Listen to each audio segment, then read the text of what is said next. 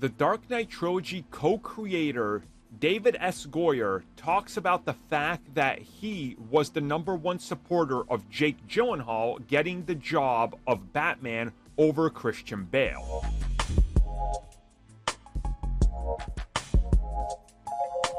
So most of you know who Jake Gyllenhaal is. I don't think he needs an introduction. In case you've forgotten, Mysterio.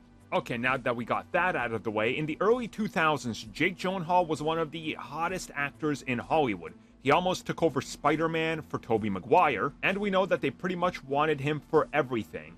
As it turns out, David Goyer also had his eyes on Jake Gyllenhaal, saying that when it came to casting for Batman Begins, Goyer was out there recruiting Jake Gyllenhaal and having him audition, but ultimately the job went to Chris Nolan's first choice, which of course was Christian Bale. Well, that's after some problems with Josh Hartnett, who also at the time was much like Jake Gyllenhaal, where everybody had their eyes on him.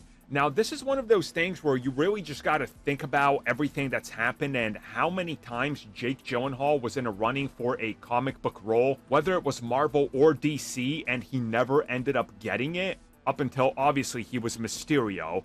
And one of these things that's really interesting to me is looking back at the, well, I guess rumors, I guess is the best way to say it, that were running around back then, which I very much remember back on the forum days, where Jake Gyllenhaal was brought up and people had very, very early and crude Photoshop and art of him, and you know, it's just kind of bringing back memories. And I remember at the time being a fan of Jake Gyllenhaal and hearing about how he might do this Batman Year One style thing, and I was like, honestly, for a younger Batman, I think he would do real well. So it's just one of those ultimate what-if scenarios, and he reveals that essentially it boiled down to what direction did Chris Nolan want to take the films in and who could best embody the Batman that he had.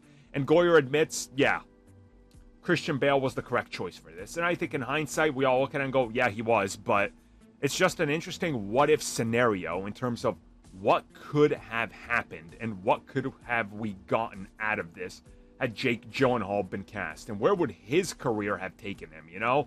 Especially with a film like The Dark Knight. Like, it's a crazy what-if scenario.